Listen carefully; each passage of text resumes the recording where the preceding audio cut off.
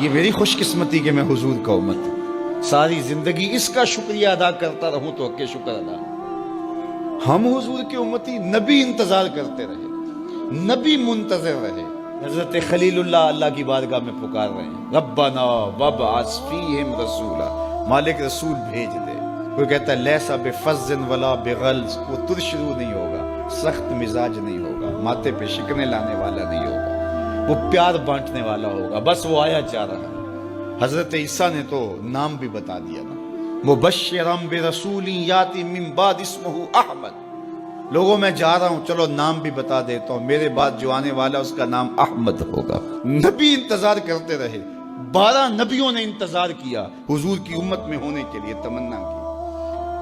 نستورہ راہب انتظار کرتا رہا، بحیرہ راہب انتظار کرتا رہا۔ شب ہجر کی سختیاں کوئی اس سے جا کے پوچھے، تیری راہ تکتے تکتے جسے صبح ہو گئی۔ زندگیاں گزار دی انہوں نے۔ سلمان فارسی کی کہانی سن لو، مجوسی کے بیٹے تھے، حق کی طلب میں نکلے، باپ نے گھر سے نکال دیا، ایک پادری کے پاس جا کے رکے، زندگی بھر اس کی نوکری کی۔ جب اس کا آخری وقت آیا، اس نے کہا میری تدفین کے بعد غموریا چلے جانا، وہاں کا پادری خدا رسیدہ ہے، تجھے اس سے کچھ مل جائے گا۔ کہتے میں وہاں سے غموریا آ گیا، پھر اس پادری کی ساری زندگی خدمت کی۔ جب وہ مرنے لگا تو اس نے کہا کوئی ایسا شخص نہیں ہے جس کے پاس اب میں تجھے بھیجوں، لیکن نبی آخر الزمان کے ظہور کے لمحے آ گئے، تو یہاں سے یثرب چلا جا، وہ اس نبی کی ہجرت گاہ ہوگی، تیری زندگی سنور جائے گی، تو نے بڑی محنت کی ہے، بڑی نوکری کی ہے میری۔ کہتے میں نے اس کو کہا کہیں ایسا نہ ہو میں دھوکہ کھا جو مجھے کوئی نشانی بتا دے۔ اس نے کہا 3 نشانیاں، ایک صدقہ نہیں لے گا، دوسرا ہدیہ رد نہیں کرے گا، تیسرا 2 کندھوں کے درمیان مہر نبوت ہو۔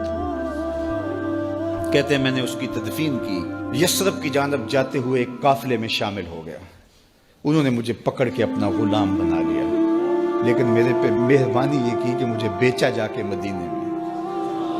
ایک یہودی نے مجھے خرید لیا، میں اس کے باغ میں گوڈی کرتا تھا، کام کرتا تھا، کھجوریں توڑتا تھا، لیکن میں انتظار میں تھا کہ کبھی وہ نبی آخر الزمان آئے تو مجھے دید ہو، کبھی عرش پر، کبھی فرش پر، کبھی ان کے در، کبھی در بدر۔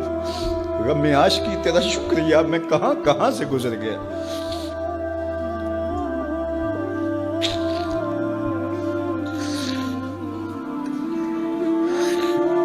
کہتے ہیں ایک دن میں اپنے باغ میں کھجوریں توڑ رہا تھا کہ ہواؤں میں مستی پیدا ہو گئی اور ہر سمت سے طلع البدر علینا کی صدائیں گونجنے لگی۔ میں سمجھ گیا کہ وہ لمحے آ گئے، میں نے چھلانگ لگا دی اور دوڑ پڑا۔ میرے آقا نے سمجھا شاید غلام بھاگ گیا، اس نے دوڑ کے مجھے پکڑ لیا۔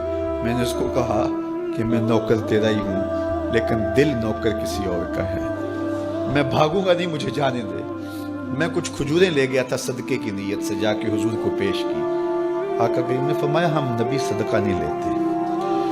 کہتے ہیں نشانی ایک پوری ہو گئی، کہتے ہیں کہ میں کچھ دنوں کے بعد اور کھجوریں لے گیا اور میری نیت ہدیہ کی تھی، میں نے پیش کی، حضور نے قبول فرما لی، لیکن میں بھی کہتا تھا تیسری نشانی بھی پوری ہو لے تو پھر مانوں گا، اور وہ کیا تھی؟ 2 کندھوں کے درمیان مہر نبوت۔ کہتے ہیں ایک دن حضور میرے باغ میں آئے اور آقا کریم نے اپنے مبارک کندھے پہ چادر رکھی ہوئی تھی اور چادر کی اوٹ میں مہر نبوت چھپی ہوئی تھی، اور میں پیچھے ہو کے دیکھتا تھا، اور میری آرزو یہ تھی کہ کوئی تیز جھونکا ہوا کا آئے اور چادر ہٹ جائے اور میں مہر نبوت کی زیارت کر لوں۔ حضور میرے ارادہ قلب سے آگاہ ہوئے، فَأَلْقَى إِلَيَّ رِدَاءَهُ، حضور نے چادر اتار کے میری جانب پھینکی اور پھر ایسے رخ کر کے فرمایا انظر الی ما امرت بہ، اس پادری نے جو بتایا تھا دیکھ لے آ کے۔ تو کہا میں نے دیکھا کہ حضور کے کندھوں کے درمیان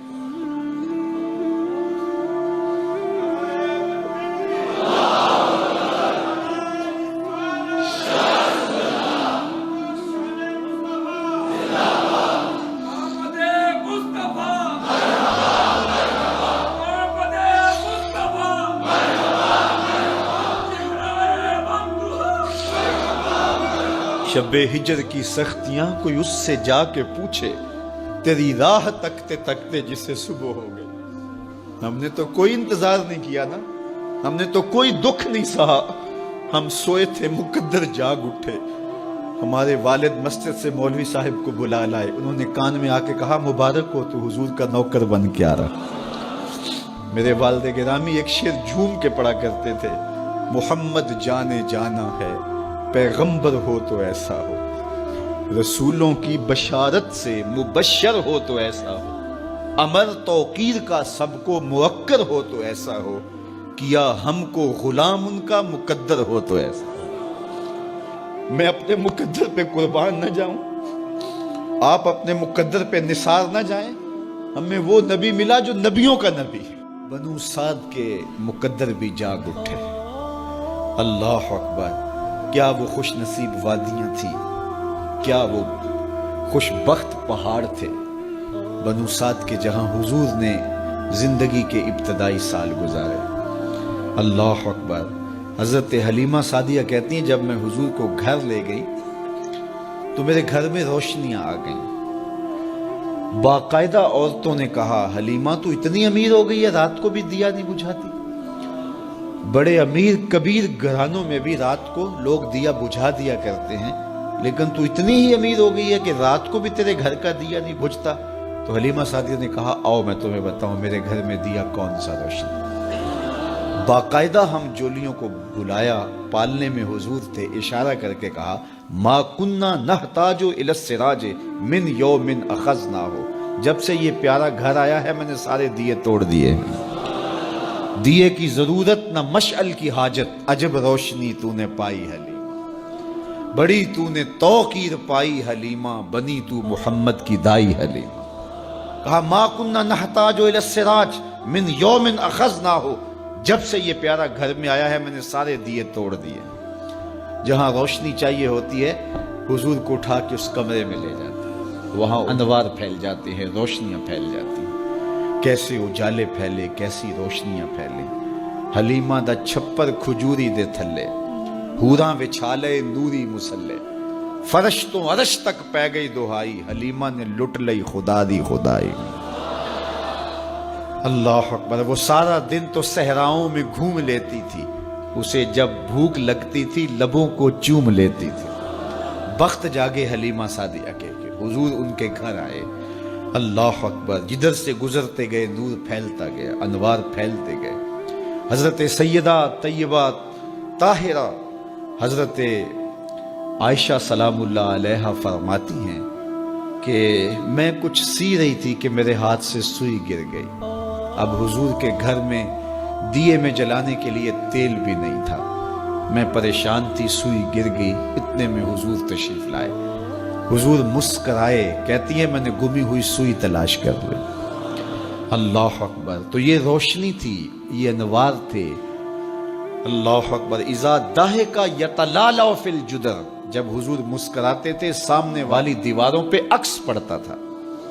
اللہ اکبر. جب مسکراتے تھے نور پھیل جاتا تھا. اذا تکلم رؤیا کالنور یخرج من بین ثنایاہ, حضور کے سامنے والے دانتوں میں ہلکا سا فاصلہ تھا, اور جب آقا کریم گفتگو کرتے تھے وہاں سے نور کی کرنیں چھن چھن کے نکلتی تھیں, انوار پھیل جاتے تھے. ایسا نوری ماحول, ایسا نورانی چہرہ. حضرت ابو ہریرہ بولے کل قمر لیلۃ البدر لم ارى قبلہ ولا بعدہ مثلہ. کیا پوچھتے ہو, 14ویں رات کا چمکتا ہوا چاند تھے میرے حضور. پھر کہا نہیں نہیں نہیں, حضور جیسا نہ پہلے دیکھا نہ بعد میں دیکھا. حضرت حسان بن ثابت پاس کھڑے تھے.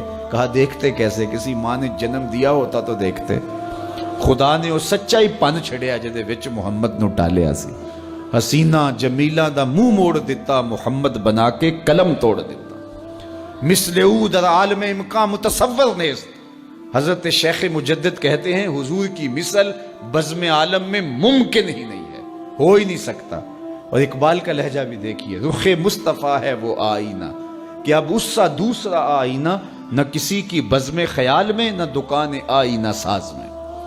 تو وہ پیکر تراشا, وہ پیکر تراشا, مکھ چند بدرشا شانی ہے, متھے چمک دی لاٹ نورانی ہے, کالی زلف تیک مستانی ہے, مخمور رکھی ہن مد بھری. کیسا جمال دیا, کیسا حسن دیا. اچھا بریلی کے امام سے بھی پوچھ لیجئے. اللہ اکبر. بل بل نے گل ان کو کہا, کمری نے سروے جاں فضا. بلبل کی منتہائے پرواز تو یہی ہے نا، کسی کو پھول کہتے. بلبل نے گل ان کو کہا، کمری نے سروے جاں فضا، حیرت نے جھنجھلا کر کہا یہ بھی نہیں وہ بھی نہیں. خورشید تھا کس زور پر، کیا بھر کے چمکا تھا قمر، بے پردہ جب وہ رخ ہوا یہ بھی نہیں وہ بھی نہیں. وہ حسن دیا وہ جمال دیا اللہ نے اپنے محبوب